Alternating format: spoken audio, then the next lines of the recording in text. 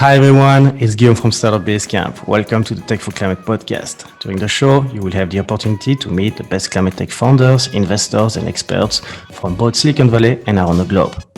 They will share with you their stories and personal journeys into this growing and exciting industry, giving you some insight into the ecosystems that help you to take part in the fight against climate change and benefit from the opportunities it can represent. The podcast is divided in two small interviews. So in the first part, you will get to know our speakers, their perspectives on the climate crisis and how climate tech is changing the game. The second part of the discussion will be for members of our community who will learn the speakers' secret sauce on how to and share with you their unique expertise on topics such as fundraising, management, strategy, and so on, to help you to become a better leader in your field. So before we start, I would like to quickly share what we are doing at Startup Basecamp to support climate tech founders in accessing resources and gaining visibility with investors they seek.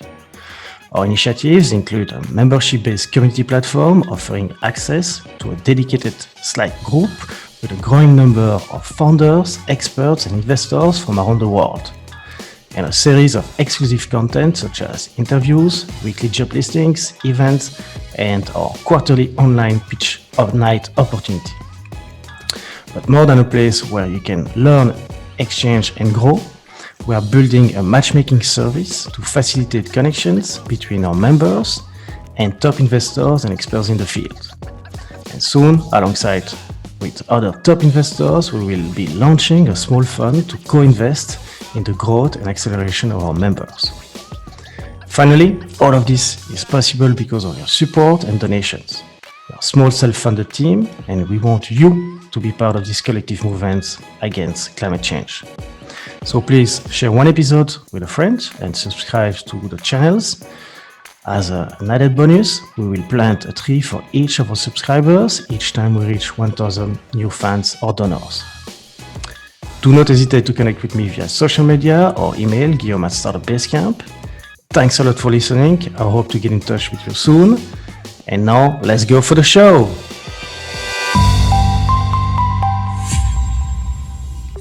Hi everyone, during this new episode of our Founder Series, we're sitting down with Raphael Güller, co-founder and chief design officer at Sweep. Sweep is a platform for large companies to reduce their emissions, both across the structure of the organization and across the value chain. And one of Sweep's biggest challenges and main objectives is tackling Scope 3 emissions within its customer base. I was very excited to speak with Raphael, who has worked in different designer roles throughout his career as a graphic designer, brand designer, and finally creative director at ZenDesk, where he met the rest of his co-founders. 2 years ago, inspired by wildfires he experienced on vacation, he joined his co-founders in starting Sweep, which just closed a $100 million funding round in early 2022. In this episode, Raphael walks us through that journey and how he and his co-founders iterated on Sweep and what their catalyst moment was that made them all realize it's all hands on deck for climate. In this episode, Raphael methodically explained the carbon market and how managing carbon within a big business it's a matter of data and how you use it. Tackling Scope 3 emissions, it's a question of orchestrating among all the big and small suppliers down the line to create a bigger picture of the company's footprint. That is why Raphael prefers the term carbon management to carbon accounting. It's more than measuring, it's understanding what to do with those measurements. With that in mind, Raphael acts as our guide across the carbon landscape, its regulation, market opportunities, and how he uses data to tackle the problem. In the second part of the talk, Raphael gives fundraising tips for SaaS companies, along with a glimpse at his work-life balance and what books he read to help maintain that balance. Raphael, welcome to the show. Hi Raphael, welcome to the Tech for Climate podcast. I'm super happy to have you here with us today. I believe it's going to be a great opportunity to hear your story and learn more about what you guys are up to with Sweep after this incredible recent fundraising round of $100 million that you guys did recently. So welcome to the show. Yeah, thanks for having us. We've talked for a while, Guillaume. I'm super happy that we finally made this. Thanks for having us. So before we start, can you give us a 30-second introduction about Sweep? Of course. So Sweep is a platform for large companies to reduce their carbon emissions, and so that's both, in those large companies across their structures, their organization, and across the whole value chain. And so I think, for listeners of your podcast, you might have heard about Scope 3 indirect emissions. That's sort of the biggest challenge when it comes to carbon management, and we're trying to tackle that with some smart tooling and data. So excited to learn more about it during the interview, but as usual, we like to focus on the speaker first. So let's start from the top. Can you tell us a bit more about your personal story and background? I mean, what are you passionate about? What do you love to do besides building Sweep, which probably takes a lot of your time? I mean, what makes you feel inspired or like your best self? As I always ask, who is Yeah. Raphael? Yeah, of course. Um, it's kind of tough to answer because I think I'm all over the place. And if you go on my LinkedIn and you look at my career path as well, there's a lot of different steps, and they all seem sort of quite random on their own. And I think also now when you put them together and what we're doing at Sweep, it sort of all makes sense somehow. But I think if I had to answer your question in one way, I would say I'm a designer. I mean, it's very much a lot of my career I've spent as a designer, and graphic designer, moving around pixels at some point. I've designed offices. I've helped design brands, sort of the full range. But I think to me, what makes a designer is somebody that always is looking to improve things and find ways, to build things in a better way. And I think that's across all these different stops I've had, I think that's definitely what was driving me. And yeah, here with Sweep as well, because clearly that's the biggest problem to solve for our generation. And yeah, I mean, I studied business, right? I did business administration. I sort of went into consulting eventually for a creative agency. So we did a lot of brand consulting, marketing consulting, and I sort of moved into doing design myself. And for quite some time, I worked for large companies on the agency side, helping Mini BMW, Wimbledon, Turkish Airlines, all sorts of consumer and lifestyle brands. And then, it's about I think 6 years ago now, I moved into tech because I joined ZenDesk, and I essentially helped build the ZenDesk brand team. And so yeah, I sort of went from business to design to tech and bringing this all together. So tell us about I mean, you mentioned that your career, and I was looking at it prior to the show that it's all over the place, and you mentioned that from design agency and now ZenDesk, and I mean, out of all of that journey, professional journey that you had, like if you had to step back, I mean, what would be like the maybe one or two, I would say, key experiences that really helped you to start Sweep and give you in a way an edge to start the company? Yeah. I guess I'll give you three. And so, growing up, I'm Swiss. I grew up in the Swiss countryside, tiny village, 200, 300 people or so, with the forest right behind, the lake just down the road. And I was a scout as well. I spent a lot of time in nature. We'd sort of disappear into the forest for 2 weeks in summer. And so I definitely always had this strong connection to nature and the planet. And I've moved since to London. I'm based in the big city, and I guess a bit like my personality and my CV, I sort of like these tensions. I really love the city, but I always had this this connection to nature in my life, and really caring about our planet. And then, I mean, I would say, obviously, at ZenDesk, I was there for almost 5 years, and it's where I met my co-founders. And so Rachel, Nico, and Yannick, they had started a company previously called Time Analytics, and that was acquired by ZenDesk, and that's how we all met. And so obviously that was sort of a decisive moment. We were just really good friends first and foremost as well. We sort of tried to engineer projects sometimes that we could work on together, even though we were in quite different departments sometimes. And so I think there was quite clear that we loved it together at some point.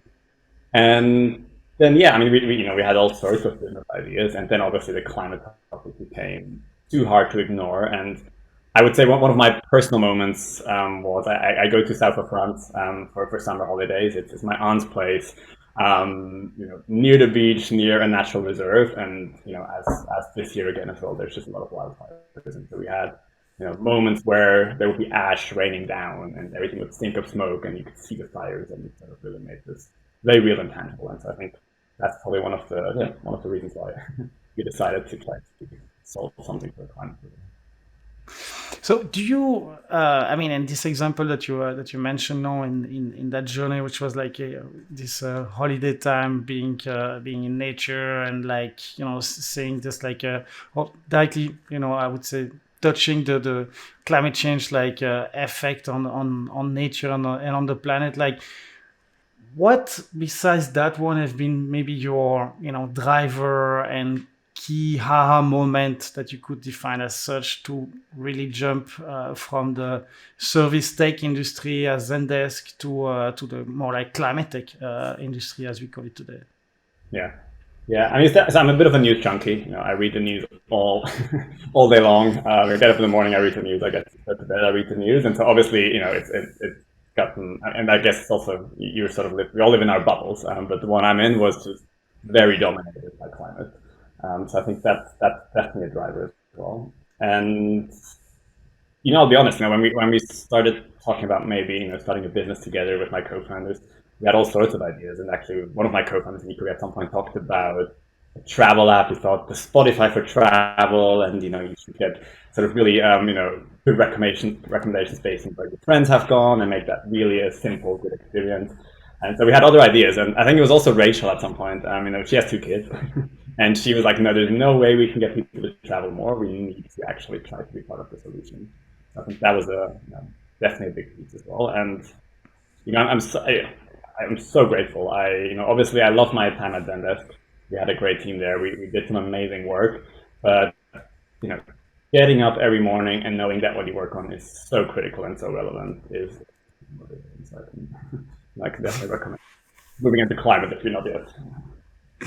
Definitely. Before we start going into details about Sweep, would like to kind of like I was mentioning before the interview, zoom out and kind of understand the overall context of that you are surfing on. So let's try to get your overview of the what we call today this carbon accounting landscape. I'd like to start with your insight maybe regarding the type of sectors and industry which are the most in need to deploy and use carbon accounting solutions.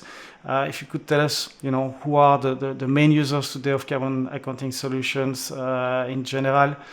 So not specifically only your clients, but if you can have a larger view on the market in itself.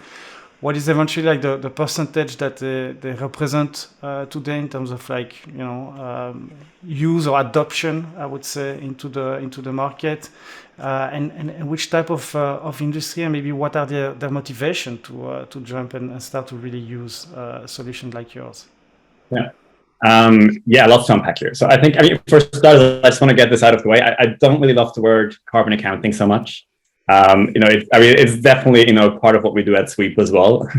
And you can't manage what you can't measure, etc. It's a core function of what we're trying to enable companies to do. But if you purely focus on the accounting, you sort of lose out on the most important bit, which is taking action and actually reducing. So we sort of prefer the term carbon management because it's a bit. And to answer your question, I think in the end, every single company will have to tackle this, right? And will have to deal with it. And, it's because, obviously, the investors demand it, the customers demand it, the government is starting to mandate it. There's certain companies that will feel more pressure, that will be more hit. But also inevitably, we see carbon very much as a network problem, and no company is on its own, right? Our economies are intertwined, our value chains are intertwined. And so if some companies are starting to get the most pressure initially, they'll have to engage with other companies in the network, though, and it will sort of trickle down. So we even in how we build Sweep, we try to be agnostic to specific industries. We definitely, maybe have more tractions in some than others right now, but we know that inevitably the data needs to flow across all industries because everything is connected. I think that's for me is quite important to note. Having said that, obviously there's certain industries that feel more pressure. I think, finance is definitely getting a lot of it. Investment companies, see that they will start, to become tricky for them if they invest in 30 companies. And so I think there's definitely a lot of pressure coming from there. There's also, I think, just companies that, where their business activity is sort of inherently linked to emitting carbon. I think they're the ones, maybe if they look ahead of it, they're starting to see the pressure coming.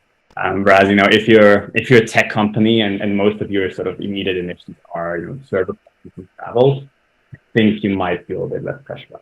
But again, I think at some point, every company from big to small and across any industry will have to do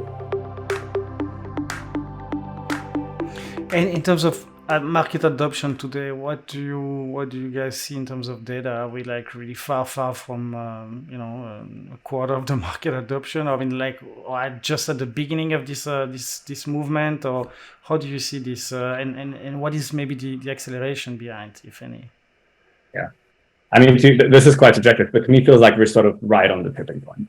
We, when we started talking about Sweep, we were surprised, why is nobody doing this, from a startup point of view, from a tech point of view, but then also why aren't companies doing this?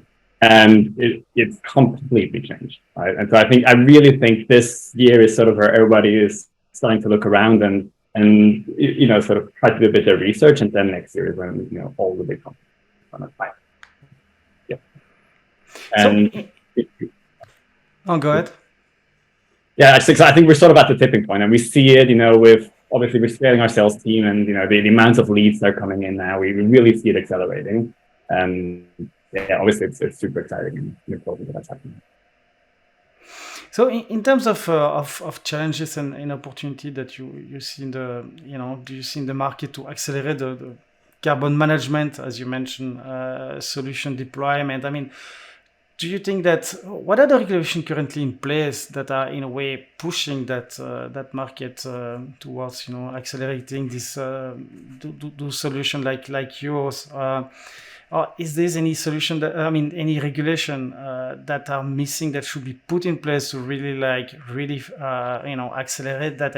What is blocking and slowing it down to allow this carbon management or carbon accounting to go mainstream?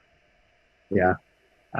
So I think for us it's a strength that we're doing this out of Europe. Right? We're a French company. We're remote first, so we have people all across Europe and the States and some other places now. But we're doing this out of Europe, where I think regulation is actually more advanced than in other places. And so we see it in France, in the UK, Switzerland is working on legislation, but it's really coming where it's going to be mandated that particularly larger companies, for starters, and most of these legislative pieces, will have to report on their carbon emissions. But even in the States now, there is the SEC. That's the government body that sort of regulates public companies in the States. They are just working on a piece of legislation that should come into effect soon that will mandate public listed companies to report on their carbon as well. And there it's going to be the CFO, right, that is essentially going to be in charge of that reporting as well. So I think it's really coming in all markets from all fronts now. I think that the biggest challenge, and I think where hopefully legislators will start going further, is again the scope 3, right? That's the indirect emissions, the shared emissions, and we see it in the States again as well. Now there's a lot of pushback on clear rules on that specific part. And I think that's where we'll really have to move forward. And I think in many ways, us as tools, us as tech companies, it's our role now as well to show the regulators that it's possible, that you can track your carbon, that it is not this dream that everybody's talking about, and that will also, I think, empower them to legislate more quickly. So, according to you, which sector of the economy, in a way, or the industry, do you see it's extremely hard or difficult to deploy like accurate, accounting solution in a way, or carbon management solution that can really take into account the real emission and contribute to the fight of climate change? Yeah. Yeah, I mean, there's so many layers to the problem, right? I think. So I'll just maybe try to unpack a few. But I mean, as a baseline, I think, a lot of companies are starting to measure. Often they hire a consultancy. They go away for a few months. They crunch a lot of numbers in a spreadsheet, and then they sort of hand over the spreadsheet and the report. And it's a bit of a black box for a lot of companies. And it's just not actionable, right? It's not really part of sort of the business muscle of the company to deal with that and then also implement change. And so I think the biggest challenge there is that we move from this sort of being a passive little tucked on thing that, somebody in your CSR team has to deal with, to this becoming a core business function that sort of runs across the company. And that obviously tooling is a big part of that, and it empowers companies to do this at scale and do it effectively and do it transparently and do it efficiently. But yeah, it's also, I think there's definitely sort of this shift in how the task is seen. And some of the companies we work with now, and I think some of the most forward-looking ones, realize that this will become a day-to-day business practice that you have to embrace as a sort of company. So I think that's one piece. I'll try not to be too long, but I think there's sort of different challenges for different sizes of companies, right? I think, obviously, if you're a big multinational, and understanding and acting on carbon is a lot about how you understand your business data, right? Every single action you do as a business can increase or decrease the carbon emissions you emit. And so if you're a big company, it's a lot about finding ways to understand that data at scale, manage it at scale, and to manage tasks and delegate tasks at scale as well. And so there it's a lot about, disparate data systems in different locations for completely different types of activities, and how do you bring that all together? Whereas if you're a smaller company, it might be more of a resourcing problem, right? If you're only 100 people and you can't just suddenly hire a full department that manages your climate strategy, there's things to figure out there. So I think depending on the size of company, and then also obviously the industry you're in, there is sort of different challenges on scale as well. Again, I think the biggest challenge is how do you orchestrate across all that, because it's all interconnected, right? Big companies have small suppliers and big suppliers, and we need to bring this all together. So to close this section, as everyone knows, there's always some controversy around carbon offset solutions, and asking you a little bit more your opinion on that sense, because it's I would say the end of the value chain of what you guys are doing. So according to you, what is the real impact of that carbon offset could have on slowing down climate change? Is it something necessary and achievable, or is it more like a buzz or greenwashing tool that in a way big emitters can leverage to still emit and not really perform the necessary changes to decarbonize their infrastructures or assets? Yeah. It's that's the big question, right? So this one, I think I'll have to give a bit of nuance to give you our stand. But I think what's interesting to know is, as a little anecdote, when we started Sweep, we wanted to build a carbon marketplace. We thought, there's all these amazing carbon removal solutions out there. They need to scale. We need to bring this to every single company, and we need way more because we're going to run out of credit or offset. And so that's where we started. And there's still, a piece of the Sweep DNA is our marketplace. We have our own team that curates the projects, that we think are really powerful and that need to scale. But we're very careful to not really use the offset word, the compensation word. We call it contribute. Right? And that sort of goes to, you might think this is just wording, but I think it sort of goes to the heart of it. Words matter sometimes. And so this is such a tough conversation, right? Because there's no black and white, really. The reality is we need companies to reduce carbon emissions, and we need projects to scale, that can, provide solutions. And so companies should be investing in climate projects, in what we might call offsets. We need forests, we need carbon removal, like direct air capture to scale, but it can't come, as the only thing companies do. And so with Sweep, our stance is, and that's what we really focus on with a lot of the tooling, is first you need to reduce. You need to figure out how you can reduce all your emissions to the max. And then, yes, also invest in projects and help scale them. but it's not either or, and we're quite hesitant to, sort of use the simplistic net zero view for the company. Yes, on the planetary scale, but when it comes to companies, the calculation is not that easy. And I'll just give you two examples maybe to illustrate that a bit, and then I'll stop. But for example, if you take your EasyJet flight and you tick the little box to plant a tree and it costs you £1, right? There's a few chances why this might not actually do what you think it does. The tree gets planted now, it might grow over the next 20 years, it will absorb the carbon over that time period, even if it doesn't get felled. And you've emitted the carbon now though, right? And we know we need to, cut it in half by 2030, and we need to be net zero by 2050. So the temporal thing doesn't really stack up if everybody does it this way. And then there's limitations to storage, etc. There's many more reasons. And so, yeah, if everybody thinks we can offset, and that's all we do, we have a big problem. We're not going to make it. If everybody reduces and then also invests, that's great. And so we're trying to encourage both. Sorry, that was a very long answer, but you did ask him. No, that was a large question. I think, as you mentioned, there is no like black or white answer to that. It's more about like, what's your opinion? And, as an actor, part of the scene, how do you see this whole, in a way, value chain? Because it's not, as you mentioned, on one side, you offset, but you keep emitting. It's really like reducing on one side, and on the other side, trying to remove the excess and the part that you cannot definitely change at first, and hopefully you will be able to do it in the future. So let's go deeper now into Sweep. I mean, what is the story behind it? And you already uncovered it a bit during the first part of the interview. I mean, who is it for, and which gap did you guys identify initially that led you to the current version of Sweep? And you mentioned that you had different ideas prior to that. So I guess, as every startups, you went to different numbers of iteration. I mean, I would like to ask, why did Sweep have to exist? Back in 2020 when you launched it. Yeah. So again, as I said, we sort of went through our process, and we thought that a carbon marketplace was, our best shot at it.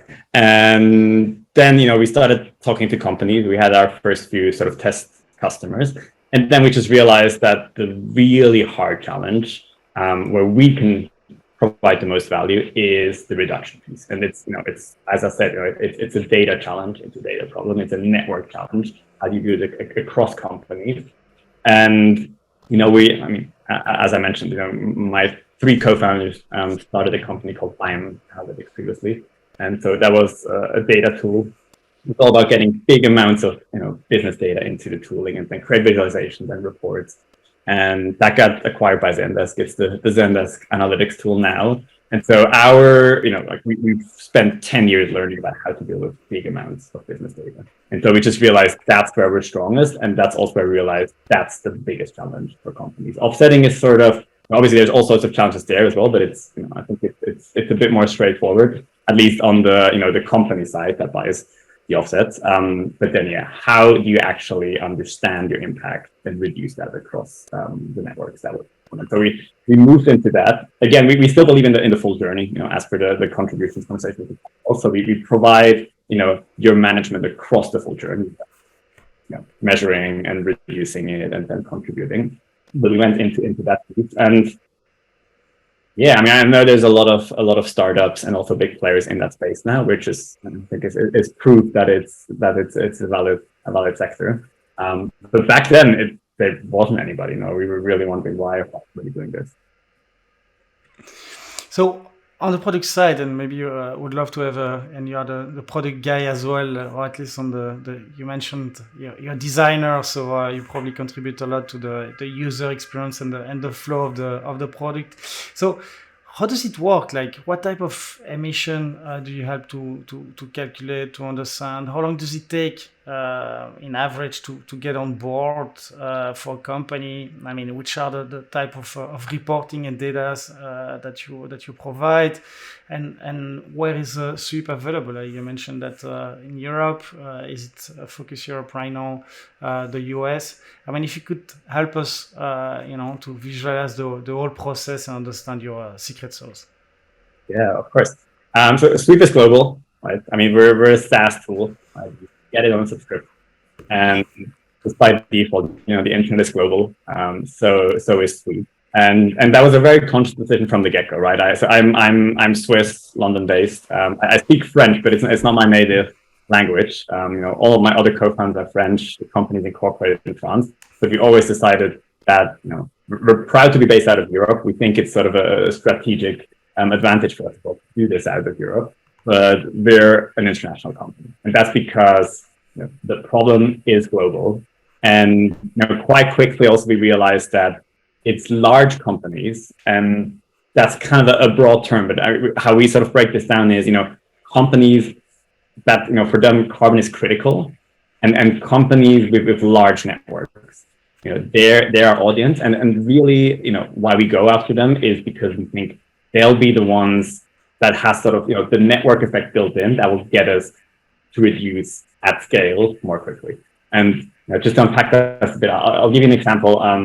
We work with HP, right, HP Inc. And big tech company, big footprint, and obviously they have all their targets, and they're really sort of a leader in climate action, amazing stuff over the years. And one of their goals is to reduce their carbon emissions across their value chain by 50%. So that is, for example, their distributors of their products, right? And so now you have hundreds and thousands of business partners, and they might be really big companies, they might be really small companies all around the world. And to get your emissions down, you need to help them to get their emissions down, right? And so really early on, and we've been really lucky that we got to work with companies like HP or Saint-Gobain, with big footprints and really sort of advanced teams in-house as well working on this, to figure out how we can do that at scale. And so you can see that if you get one of these companies and you manage to get them to influence their networks and their partners, you start creating these ripple effects where one company sort of imposes targets on the next company. And that's my long answer to tell you why we really from the beginning went after large companies with big network effects. And for a startup, we're good 2 years old now. It's tough, right? Because out of the box, you want to speak and sell to these really large companies with a lot of processes, and sometimes things take a bit longer. So it was sort of we knew we sort of were setting ourselves up for a real challenge out of the box to do that, but we've also done it very quickly. And how long does it take to onboard a company that's scaled? I mean, several months, weeks, or is the product allows to really speed up that, or because it's still the initial version of Sweep? Like, how does it work in terms of onboarding those larger accounts? Yeah. It's probably the 1,000th version of Sweep, by the way, because we essentially ship every day. Right? The bigger features in certain cadences, but yeah, every day we push features and improvements to the product. And also how we work is we usually find one or two customers that have a problem that fits what we're trying to build next. And so we never build something just for one company. I think that's a terrible trap as a software company, but we always find real life use cases that help us to test, essentially to build our assumptions and then test and ship the first version and then iterate it. And so that's what we've done, again with Saint-Gobain, a big manufacturing company or HP. And to answer your question about how long it takes, it really depends. And I think there's several factors we're going to follow. There's obviously the project you're working on and the ambitions of it. And there's also, though, again, the size of the company obviously is a big driver to how much data and how much you have to work with, but then also the maturity of the company itself, right? And so we find that some companies out there, really large ones, are really deep in this. They've been running a climate strategy for 20, 25 years. They've been calculating for years. They have, initiatives internally to reduce, and essentially they're the experts, right? They're really deep in it. And then there's companies on the completely other side of the spectrum. And, if you're lucky, they might have set a science-based target. And now they're like, oh, okay, so what does it mean? What do we do? You'd be surprised how massive companies sometimes, just sort of say, okay, in 20 years time, we'll do this. And then they'll sit down and figure out how to get there. And so I think there's this massive sort of scale of maturity as well. And that really impacts how you set up a project as well. And so, it can be from, a quick pilot or a company that's really advanced and it's just about getting their data into the system and letting them work with it. and that can be quite quick. But some of our projects might also be a half-year timeline or longer, where we sort of ship the first part and then we expand. And often we like to test it, for one market or for one product or for one team, and then we learn for that specific company and we figure out how to deploy it. Okay. So focusing on the data, how do you collect those data? Because I know that it's always like kind of like we're going to show you your data, but where do we collect them? How do we factor them in a way into a system that again you can reuse for other type of industry? Like how do you ensure the quality and accuracy? How often are they refreshed? Like is it live data or is it like you have this monthly batch of data? And which one are the one that you're able to collect today, and the one in a way that's is still not possible today because of the complexity or the different data point source that you need to aggregate together? Tell us a bit more about that. Yeah, of course. Another big and important topic.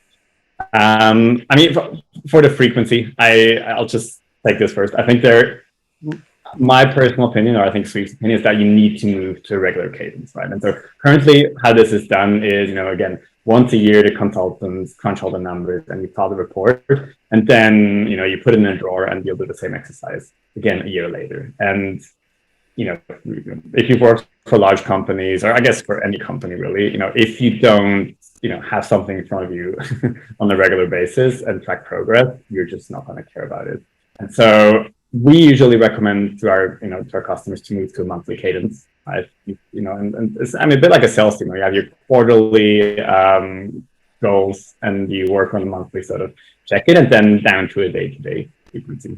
And yeah, that would be sort of the general statement. But it really depends, because also depending on what industry you're in, and again, your type of company, your size of company, certain things might be more material to you than other things. And so I think there's also, in carbon accounting, there's this tendency to try to calculate every single thing and get more accurate across the board. And my take there would be that, I think if you worry a bit too much about the numbers after the comma, you're probably, in a way, you're greenwashing as well, because you're wasting time on the details that don't really matter. And so I think it's also important that you look at, hey, these are the 5 areas where my footprint is really big and where I know I can make a difference. And that's where you hone in and you go more granular. And their detailed data is important, right? Because if you just do some generic benchmarks or estimates, and you might know that you spent 10 million in a certain area, and you see what's called emission factors, spend-based ones that just tell you, on average in your industry, if you spend that much on this type of thing, it's probably going to be that much emissions, right? That can be a quick way to get a sense for things, but then it's not actionable at all, right? What are you going to change? The amount you spend, it's not useful, right? You want to know what are the materials and how much of it, and how can I change what I do or what I produce to lower that. So where it matters, where it's important to your footprint, go deep, right? And there it helps you to track properly and also understand where to take action. And then on this sort of long tail of other stuff where you might have some emissions, but it's not really the bulk of your footprint, don't worry about it too much. Right? It's good to get estimates, and it's good to measure, of course, but if you obsess too much over that right away, you're probably not using anything right.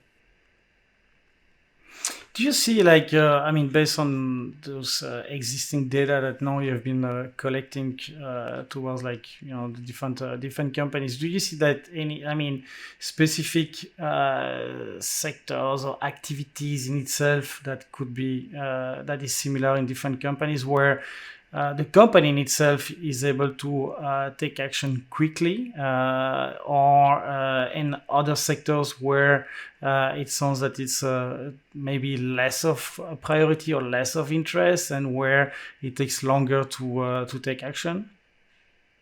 Yeah, definitely. And usually when we embark a new customer, it's it's very much industry based.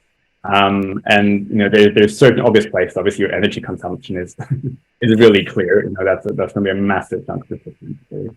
And so yes, it's usually tailored to your industry and your types of activities. And then again, also your maturity as a company, what you've already done in the past. Maybe you've got amazing long-hanging fruit, and maybe you've already done all that. So it really depends where you are in, what we call the climate journey as well, in your own in your own strategy on tackling it.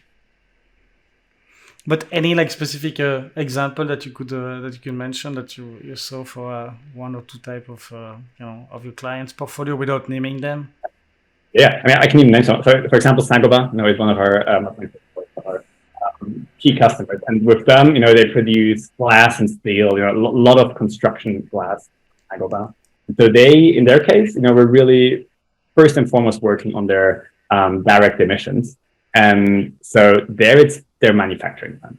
Right? So they have dozens and dozens of plants around the world, which are essentially subsidiaries. So quite a complex organizational structure. And there it's all about, essentially what they produce and what they sell creates a lot of carbon. So how can they reduce that? So that's a strong focus there. And then again, on the other company I mentioned with HP, they've done a lot on their own carbon footprint, and it's a lot now about the value chain, what they buy from other suppliers and then they're distributed. And so it's a very different approach in terms of the actions that we work on with them. So coming back a little bit for a minute on this founder journey and this product journey that you had, what was the initial maybe challenges that you guys faced at first to onboard the first client and have this initial prototype that is V1000 right now, as you mentioned? How did you overcome those initial challenges, and maybe you can name one or two examples, and as of today, what keeps you up at night? We're very much a product company, right? As I said, we've done software before, and we really come into this with a product mind. And obviously my background, I've done a lot in design, and yes, I designed the interface, but we're very deep in all the product features ourselves. And when you start, you just have to make some assumptions sometimes, and just sort of you have certain hypotheses that are not maybe particularly deeply researched yet, but you just start and you put it out there, and you see what works and what doesn't, and then you iterate. And so I think, as I said, even just in terms of what Sweep should be and where we can have most impact, we sort of have to revise our assumptions over time. But then also with the product, right? There's, for example, one piece in the tool that we call the Sweep tree, right? And it's essentially an organizational diagram, right? It's this is your company, and these are your different business units, or your different teams, or your different localizations. And so our assumption in the beginning was, currently a lot of this work is done in spreadsheet. It doesn't really scale with large data set, and it's not, it's usually one person that's the master of the spreadsheet. If that person leaves, nobody knows how to pick it up, and you're not really passing it through the company to take action. So that was our sort of what we saw, and we realized, okay, we need to somehow bring this into the reality of an organization, and we want to move away from this spreadsheet view. So there we said, it would be nice maybe if we just had an organigram, and you can start seeing the data appear in there, and you can use it to assign tasks and make certain departments and certain teams responsible for their carbon. And so that was purely based on an idea and some sketching, and we just built that tree and we threw it out there. And it's actually still, one of the key features in the product now. And so I think you're always in this tension, and you're sort of constantly ping-pong between having to be daring and coming up with stuff sort of in a bit of a vacuum, right? And then starting to test it and see if it works, and maybe move away from it and maybe. But I think that's as founders and as designers and product people. Yeah, you need to have the courage to sometimes just put a stake in the ground and just make a proposal, and then obviously also need to check in with reality and make sure that what you build works. Okay, so focusing on going back quickly on the offset part of the product or the value chain that Sweep can provide in carbon management. So can you tell us a bit more, how do you select the project? How do you ensure that they do what they promised regarding CO2 capture or removal? Which one are the most interesting regarding maybe the ratio, amount of carbon removed, speed, and the cost per ton of CO2. And where are those projects located? Yeah. I'm probably not going to name specific projects for you, but just the conversation where it's at for us again is not necessarily tons of CO2 equivalent when it comes to carbon projects. Right? It's important, and yes, some companies have certain mandatory requirements where they need to work with credits, with carbon credits, and that's okay. But clearly, the market doesn't properly work out. Right? The price of carbon is too low for it to actually make an immediate impact right now. And so our take on this is, again, much less about, hey, I'm as a company emit that much, and that's why I need to offset the same amount, because it's so hard to know. Right? It's, is the tree that you're going to plant still be there in 20 years? Is it going to absorb as much as has been calculated, etc.? There's a lot of unknowns. And yes, part of it is obviously, there can't be fraud, and we need to have checks and balances in place to be able to manage that. But the secondary piece as well is, I think we just need to move the conversation away a bit from tons of CO2 there as the main piece. And we're actually, what we quite like is to talk much more about investments. Right? So if you take, direct air capture, like Climeworks, for example, like they're good friends of ours, and they, obviously they don't have the scale right now, and the point is to move towards that scale. And there, what you buy with your money in terms of tons is not that great. But luckily there's plenty of pioneering companies out there that want to invest in that. So we think it's much more as a company showing what you do, and that's obviously reducing, and then where you support projects that maybe are right now making a difference for the climate. And just the tons of CO2 is maybe not always the best indicator. And it's climate impact, and for us it's also going a bit further, because as a large company, you've emitted emissions for the longest time now, and obviously we also know that it's going to impact different demographics very differently. And so choose projects in terms of what the impact it can have for the climate, but I think there's also sort of social component if that's worth doing. And so what we do is, we have our own team of carbon experts in-house that have been, running their own climate projects and have been consulting companies on their carbon portfolios. And so it's very much strategic as a company, who are you? What are your key interests? Maybe also what are your employees passionate about? What markets are you in? And, it's a bit of a branding piece to a point as well, right? Like you're having positive impact. Where do you want to have it? And talk about it. Okay. But thanks for sharing that, because I know it's always like a little bit like the gray area, and everybody has his own own way to do it, and sometimes there's like way more promise than actual fact, and a little bit of sometimes greenwashing or inefficiency into the process. And I like your approach of like thinking more in a long-term vision with also a dedicated team that can ensure in a way or the quality of that too. So what are the expected and current economics of Sweep? I mean, if you can share anything on that, like how much does it cost to join and use Sweep? What is the business model that you guys have, and the future projection? If you can tell us a bit more about it. Yeah. So I mean, we're a SaaS tool, right? Software as a service. It's online, and we actually, Sweep.com/pricing. It's all transparent there.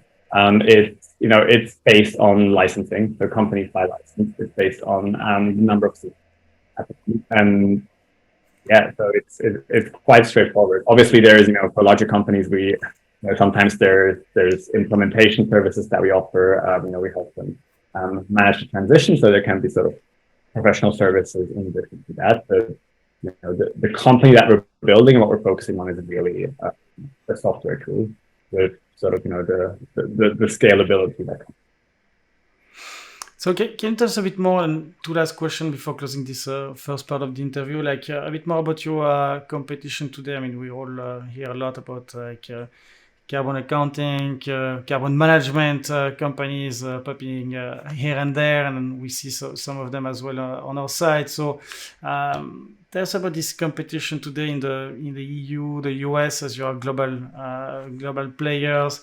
I mean, why are you guys different or maybe better, and how do you compare your solution to others in the market?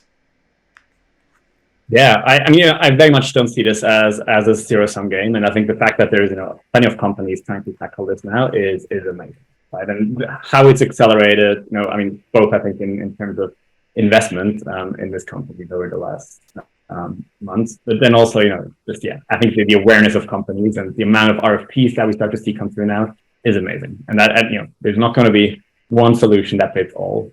I think there's sort of generalists and verticals, and it's specializing in certain things or integrating across. I think there's space for plenty, and it's really, really good that we're all scaling. It shows that there's a real market and real potential. And I think in the end, it's really important that we don't think much in silos, because again, it's a network piece. It's us as a planet having to come together and figure out how to solve this. So I think between all these companies, we need to make sure that information travels, that the data can flow, and it's startups, right? Like not everybody's going to make it. I think there's space for more than one. And I must say, in terms of the real competition, I think obviously there's certain startups out there that are doing really great work. But then there's sort of the big players, trying to see the value in the market as well. And so you have the likes of Salesforce, Microsoft, getting really serious about this. And for us, though, in a lot of sales conversations, there is still the biggest competitor still is often Excel or sort of already installed business systems. Because I'll give you an example of a telecom company we just started working with, and they had this amazing pioneering guy that for 25 years now has built this amazingly elaborate spreadsheet, and for them, that's working and it's been there, and showing them that now this won't scale, and if you want to start delegating tasks and track it, you'll need different tooling. I think that's almost still the biggest competition. But thanks so much for sharing all of that. So last question on that sense, like what's next for Sweep? I mean, of course, we've been really lucky that we got to raise our Series A and B in sort of quick succession. And we're really focused now on scale. And obviously, you could sort of say, this startup raise to scale for the sake of it, right? Those times are maybe over now as well, actually. But I think in climate, it's so important that we think about scale and that we think about speed. And so, I mean, we've raised this money really so we can bring our tooling to as many companies out there as possible, large companies and their networks. And it's about, obviously, we're constantly developing the product, version 1001, 1002, etc. But we're also really expanding our sales and marketing. We've sort of been quite, a little bit under the radar, and we're really starting to shout from the rooftops. So I think this year is very much focused as well on being present and being on shows like yours and talk about sleep and make sure that the world is with us. So final question that I always ask to the guests here is like, what's your personal opinion on the climate crisis? I mean, what would be your words to people who are afraid of all the visible consequences that we can already feel and see today? I mean, are we doomed, or what would you tell them? No, we're not doomed. It's been tough few weeks or tough few days. I guess a lot of people talk here up in the States with the heat wave, makes it really real. It's scary images.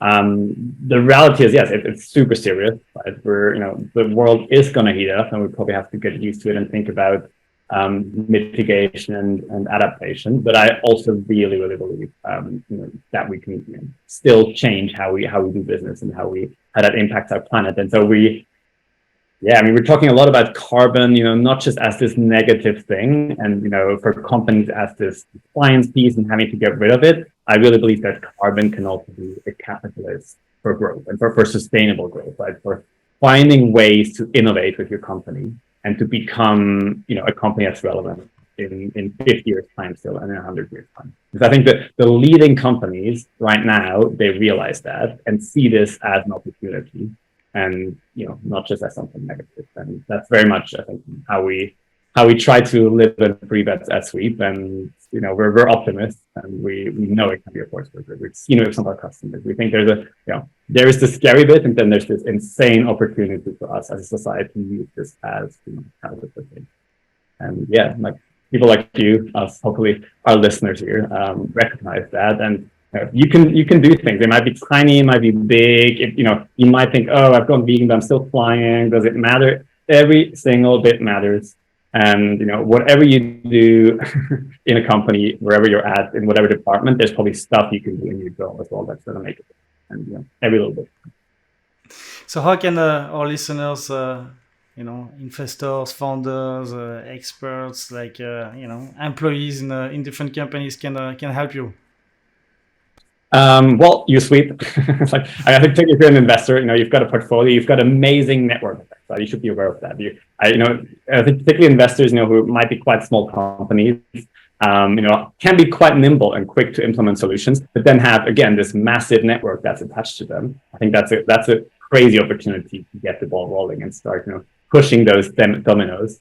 And obviously, as I said, we know that this is a network piece. This is about collaboration. This is about doing things together. So, we're very much also, here to be part of a community and learn from each other.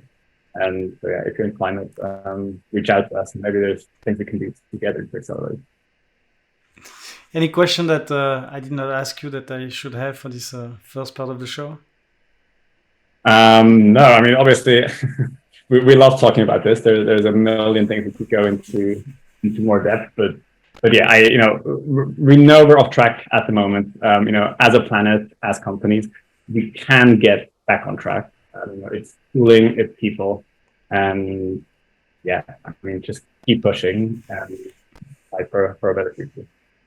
Thank you so much, Raphael, for your time, your powerful insights on the industry. I'm excited to see again a brilliant person taking the steps into a better world, cleaner world, and putting all the time and effort that is necessary to help and empower others to do it. So thank you so much. Yeah, thanks, Guillaume, for giving us a voice and helping build things. We all have our part.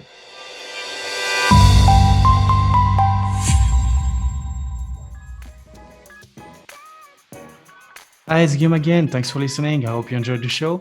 As I said, do not hesitate to share an episode with a friend. Also, if you value the work we do for the climate tech ecosystem, here is how you can contribute to it. Today, I'm asking for your support and a donation or sponsorship to make the work of our self-funded team more viable. Even a small contribution means a lot to us. In any case, I will invite you to subscribe to our channels and visit our website startupbasecamp.org to discover more episodes like this one. And get your membership to access all our members' exclusive content. So remember, all of this is possible because of your support and donation. And we want you to be part of this collective movement against climate change. Let's keep in touch, and I hope you will enjoy our next show with us.